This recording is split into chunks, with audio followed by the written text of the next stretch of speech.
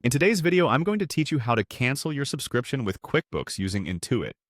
Whether you've found an alternative or no longer require the service, canceling your subscription is straightforward, and I'll walk you through each step to ensure it's a seamless process. First, let's head over to QuickBooks by opening your preferred web browser and typing in the URL. Enter https://qbo.intuit.com/app/homepage. Once there, you'll be prompted to log in if you haven't already.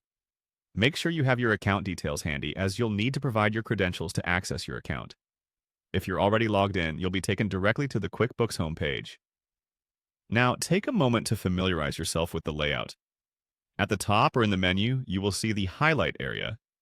This is typically where the important information, updates, or navigation options are presented prominently. Click on this highlight section and you'll be guided to a designated section of your account settings or features where your subscription details are located. In the next step, you'll need to navigate to Subscriptions and Billing. This section houses all the necessary information regarding your current plan, billing cycle, and payment details. Locate and click on Subscriptions and Billing. It's typically situated within your account management or settings area. Once you've clicked here, you should see a detailed overview of your billing information, including your subscription status and other pertinent details regarding your account. Now for the final and most crucial step, canceling the subscription.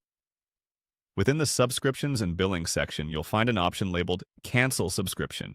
Click on it.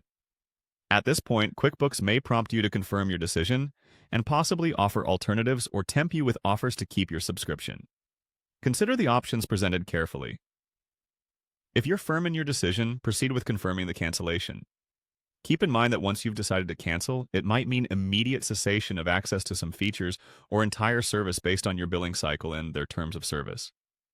While following these steps, it's good practice to review and download any necessary documents or data you might need in the future. Losing access to QuickBooks could mean losing easy access to your past records, so consider backing up essential data, and there you have it. A comprehensive guide to canceling your QuickBooks subscription through Intuit. If you have any questions or need further clarification on these steps, leave a comment below and I'll be happy to assist. Thank you for tuning in, and don't forget to like and subscribe for more helpful tutorials.